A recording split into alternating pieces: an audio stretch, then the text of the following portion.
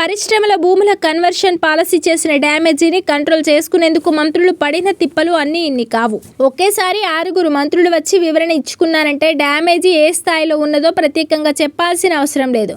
మంగళవారం కేబినెట్ భేటీ తర్వాత మీడియా ముందుకొచ్చిన 4 మంత్రులు బట్టి విక్రమార్క, శ్రీధర్ బాబు, ఉత్తమ్ కుమార్ రెడ్డి, జూపల్లి కృష్ణారావును చూసిన వారంతా అయ్యో పాపం మంత్రులు అంటూ సానుభూతి వ్యక్తం చేసే పరిస్థితి ఏర్పడింది. వీరితో పాటు మంత్రులు అడ్లూరి లక్ష్మణ్, వాకిటి శ్రీహరి కూడా పాల్గొన్నారు. ప్రధానంగా ఆరోపణలు ఎదుర్కొంటున్న సీఎం రేవంత్ రెడ్డి మీడియాకు మొఖం చాటేసి మంత్రులను ముందుకు తోశారనే విమర్శలు వినిపించాయి. సీఎం రిక్వెస్టుతో తప్పని పరిస్థితుల్లో మంత్రులు మీడియా ముందుకు రావాల్సిన పరిస్థితి ఏర్పడినట్లు తెలిసింది. సాధారణంగా ఎప్పుడు కేబినెట్ సమావేశం జరిగినా అక్కడ తీసుకున్న నిర్ణయాలను మీడియాకు వెల్లడించేందుకు పౌర సంబంధాల శాఖ మంత్రి పొంగులేటితో పాటు సంబంధిత నిర్ణయాలున్న శాఖల మంత్రులు వస్తారు.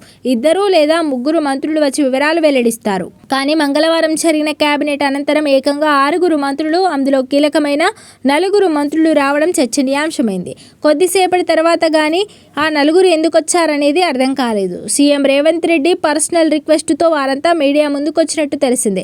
కేబినెట్ భేటీలో ఇటీవల ప్రభుత్వం తీసుకున్న పారిశ్రామిక భూముల కన్వర్షన్ పాలసీపై చర్చ జరిగినట్టు సమాచారం. ఈ పాలసీపై ప్రతిపక్ష బీఆర్ఎస్ చేసిన తీవ్రమైన విమర్శలు, 5 లక్షల కోట్ల కుంభకోణం, సీఎం రేవంత్ రెడ్డి, ఆయన కుటుంబ సభ్యుల పాత్ర ఉన్నదంటూ చేసిన ఆరోపణలను సీఎం ప్రత్యేకంగా ప్రస్తావించినట్టు విశ్వసనీయంగా తెలిసింది.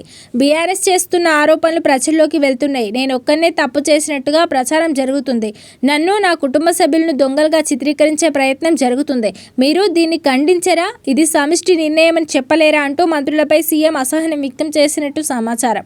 ఈ ఆరోపణలను మీరే ఖండించాలి, మీడియా ముందుకెళ్లి వివరించాలి అని కోరినట్టు తెలిసింది. పైగా పరిశ్రమల శాఖ మంత్రి శ్రీధర్ బాబుకు తెలియకుండానే ఇదంతా జరిగిందనేది ప్రచారం జరుగుతుంది.